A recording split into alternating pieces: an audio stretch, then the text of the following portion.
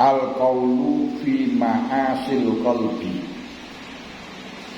Kali ini kajian dalam maksiatnya hati, mengkaji, membahas tentang maksiatnya hati.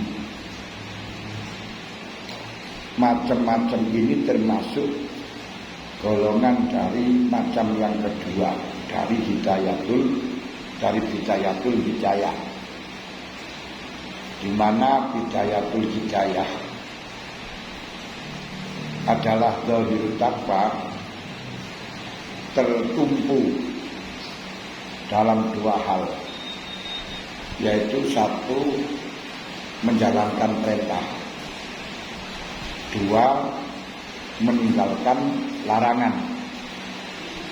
Untuk menjalankan perintah sudah disebutkan oleh Imam Ghazali, kita mulai bangun tidur sudah harus mulaqabah, sudah harus meneliti, meneliti dan untuk mengintervensi pada anggota kelola panjenengan dengan dicocokkan pada perintahnya Allah.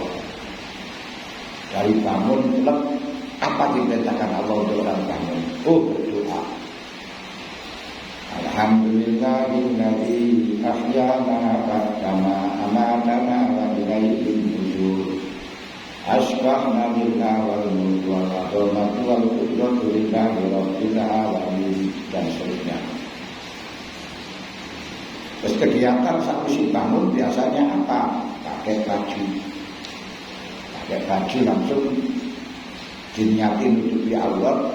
Dalam memakainya kesunatan mendahulukan yang kanan. Ini kita bisa memilih ganjaran yang terkenal. Terus mengakhirkan yang kiri. Berikut berdoa, alhamdulillahilladzi kasana min ghairi warzaqna min ghairi haulin wala quwwatin minna. Masya Allah. Allahumma ij'al hadza sauba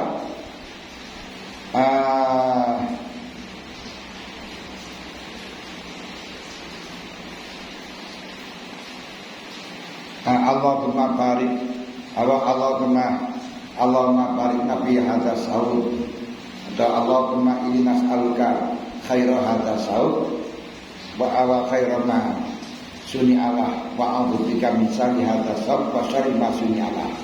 Dadullah. Kecuali pakai baju bangun belok memwajahi berubah orang. Jangan-jangan dalam waktu tidur ada perubahan. Nah, soalnya nggak ada perubahan, kita berdoa lagi. Jaluk nang Gusti Allah, matur nuwun nang Gusti Allah. Alhamdulillahilladzi khalaqani wa sawwani wa ja'alani basyaran sawiyya.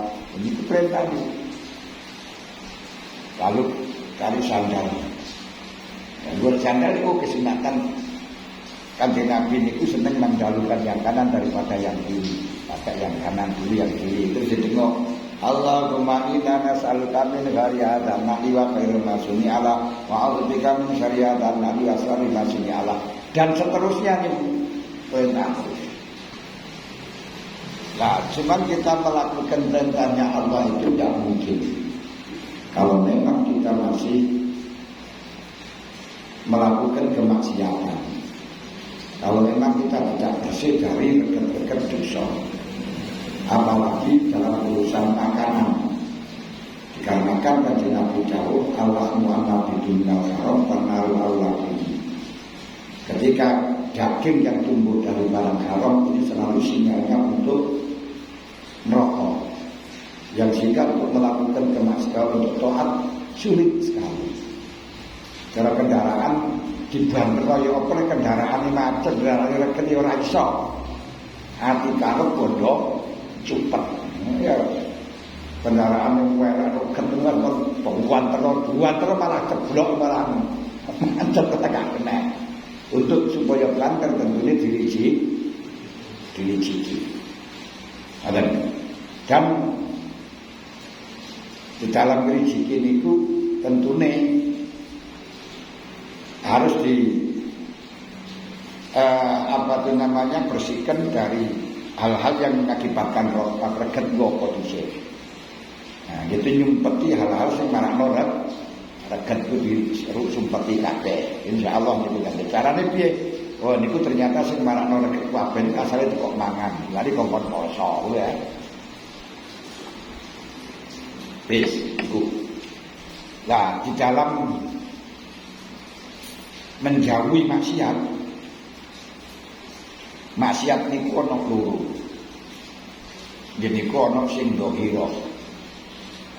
Maksiat dhahir. Maksiat dhahir iku maksiatul jawareh.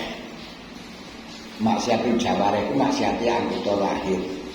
Niki ya walaupun angel tapi sing rada gampang. Aja nyolong, ini sing rada kuat nyegah. Aja zina, aja nyawang wong, biasanya enggak nyawang wong ayu aja negara ini kan sih. Ya walaupun apa sih kena dikendalikan karena ruang. Nah gitu. Nanti ya cok ngerasani wong itu ya apa, tapi mau dikunci itu saya kena. Dilatsban itu saya kena. Aja nyelatu wong dilatsban itu saya kena. Lah sing nomor loro iki ngedoi maksiat sing bangsa batin. Waduh angel. Kadang walaupun dalam lahirnya tidak melakukan, tapi batinnya sih ngelokno. Wah, dia ada orang lakukan malah baik, mau siapa aku. Jadi ini maksiat gede. Karena sombong. Nah, tapi remeh sombong dan seterusnya. Jadi ini kongkong ngedoi. Nah, kita orang lakoni orang maksiat ngarepe wong. Tapi aslinya di dalam hatinya saking ana wong mukane wong iki lakon. Niki ya sing dosa. Walaupun lahirnya tidak berdosa tapi hatinya kula panjenengan itu riya. Gak maksiat mergo pamer dikira wong. Lho ngene iki sing dosa. Padahal dalam cara lahir, kacamata lahir ketoke wong niku ora lakoni maksiat tapi dalam hati tetap maksiat. Mergo apa? Oleh lakoni maksiat niku mergo takut orang. Sholat taat. Cuman karena di situ ada orang yang disungkani.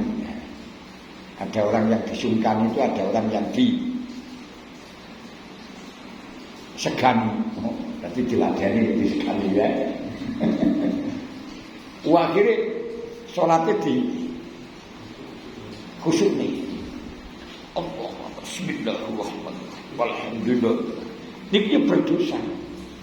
Sholat tapi dosa. Dan tidak diterima oleh Allah Ta'ala. Karena apa? Saya katanya anak syirik. Saya tidak butuh orang yang menduakan saya. Biar diberikan kepada yang menduain saya. Gak butuh. Mau dimadu. Harus untuk Allah. Untuk Allah. Takdir. Ketok sholat, ketok ibadah, tapi maksiat. Masya Allah, ini wangi temen. Bergopo, sholat ini kuau hanya salat. Aku jawab wah ini aku tenang dulu orangnya. Ketok sholat ini bombong bisa ngarani aku harus sholat. Akhirnya maling aku bisa milih. Suaranya banyak. Riya ini dosa. Lah sing kibat sing maksiat sing koyo ngeten iki mboten kentara. Walaupun kadang gerakannya juga kentara. Gerakannya kentara tapi kan tidak bisa dibuktikan. Tapi yang tahu adalah dirinya sendiri. Padahal ketika kita melakukan ibadah yang semacam ini tapi tujuannya untuk mendapatkan simpati dari manusia, dari orang yang karena kita agar dipilih menuai. Ini kena pasal dari Allah. Man kana yuridu hayatad dunya wa zinataha wa fi ilaihim ma lahum fiha la yubkhasun. Ulaika ulaika la khalaqa lahum fil akhirah. Ulaika yaitu habita ulaika ini.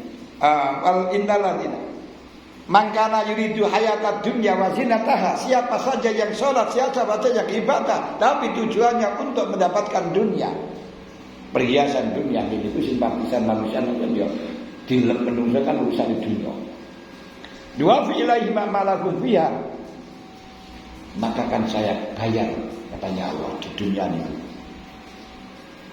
Wa hum bil akhirati wa hum fiha la yubkhasun, tidak dikurangi. Tapi ulaika laisa lahum bil akhirati illa an-nar, di akhirat dia adalah neraka. Habita ma sana'u wa batilun ma kanu ya'malun, apa yang telah dilakukan, salat yang telah dilakukan niku muspro kabeh. Wa batilun ma kanu ya'malun, dan apa yang telah dilakukan zon. Masyaallah. Niki sing angel, niki gak kentara niki. Gak kentara. Orang lain mengatakan baik tapi tidak. Makanya paling bodoh-bodohnya manusia adalah orang yang meninggalkan keyakinan sementara mempercayai dengan zonnya orang lain, mempercayai dengan mempercayai apa itu namanya, dengan opini orang lain. Lupa mati. Karena kesalahan kita, kebosokan kita yang tahu, yakin kalau kita niku salah kok, yakin nek ati kita niku bosok, wis gak enek sing rotok bersih ya ngoten niku.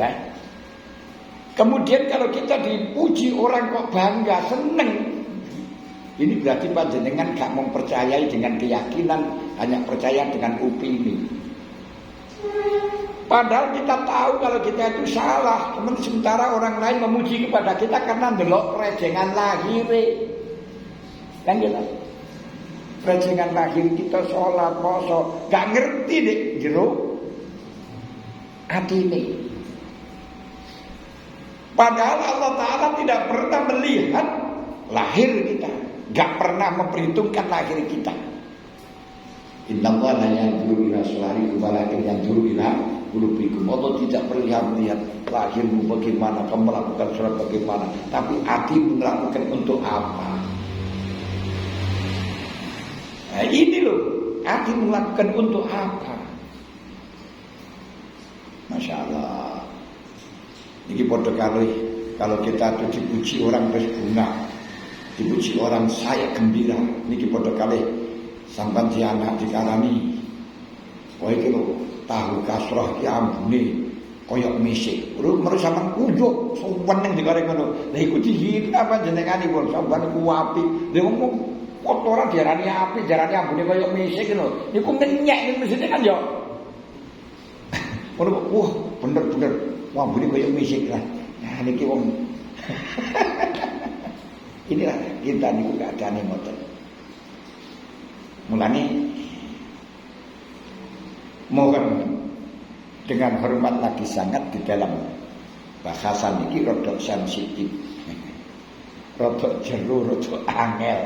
Mergane urusane maksiat sing bangsa jero yang enggak kelihatan, enggak kentar asal penjopo. Gitu sampean mulai terus pakaian apik sombong ora mesti. Kan Nabi memang dia itu senang pakaian apik bukan karena pamer, walaupun ada orang, tidak ada orang memang senang berpakaian apik. Bukan karena kesombongan. Orang yang pakaian jelek itu tasawuf ora. Itu melarat. Sudah membedakan antara wong sufi gak ngereken pakaian apa jane gak duwe pakaian. Nah, niki kan ya urusan yang jauh. Mulane kalau di dalam Ihya diaturakan bahwa kenapa Ihya dibagi menjadi 4. Bagian ibadah, adat, mubikat dan mujiat. Karena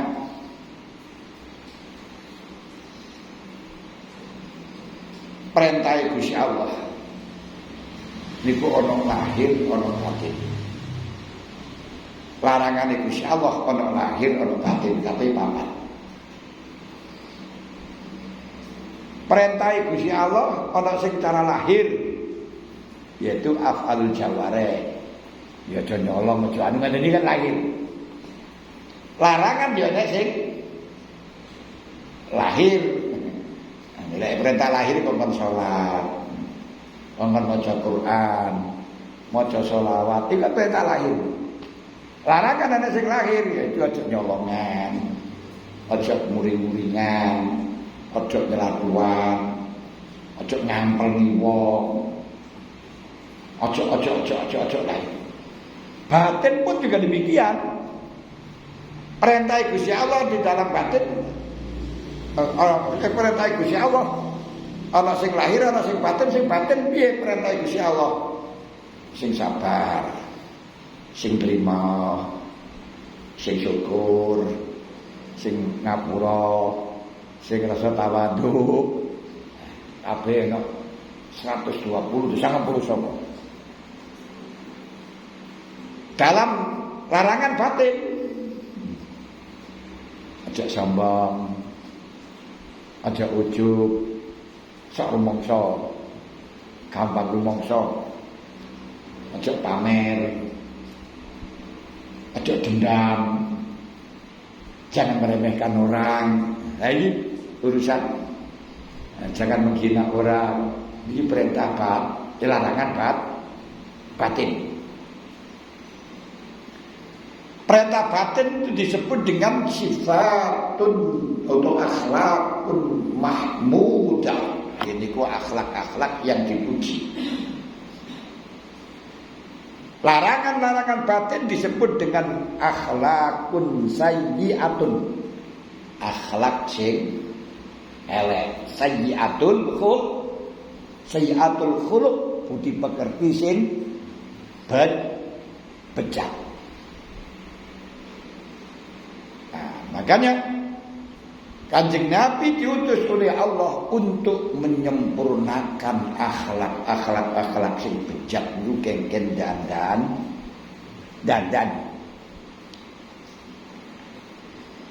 Akhlak yang diajarkan Rasulullah dan disifati Rasulullah dan sifat-sifat yang menjadi akhlak Rasulullah. Sifat yang menjadi akhlak itu apa? Kok sifat ada sing dadi akhlak, ada sing gak dadi akhlak. Kalau sifat itu sudah mengkristal,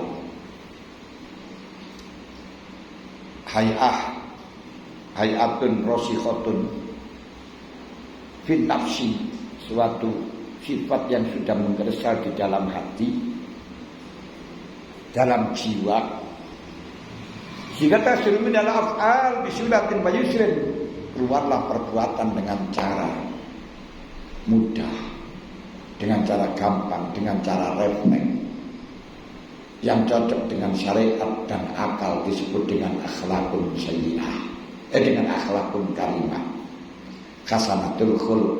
Kalau nggak cocok disebut dengan sayyi'atul khuluq. Hal ini yang menjadi sifatnya Rasul, yaitu hasanatul khuluq. Apa hasanatul khuluqnya Rasul? Kana khuluquhul Qur'an. Kana khuluquhul Qur'an. Akhlak Kanjeng Nabi diisini Al-Qur'an. Ya ayyuhalladzina amanu taqullaha haqqa tuqatih. Kanjeng Nabi jiwane akhlaki ya muttaqin. Mulane nek urusan takwa ya bener gak usah mikir. Kita masalah kita takwa terus urusan bondo, sik mikir-mikir kadang. Sik mikir-mikir. Lane diantaraken wong bodoh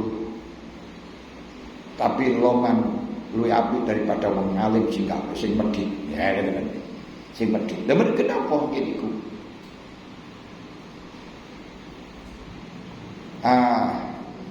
Urusan takwa sing cas niku lek sing urusan bodoh kadang saya angel. Asik napa niku jenenge eman-eman. Masyaallah. Yes.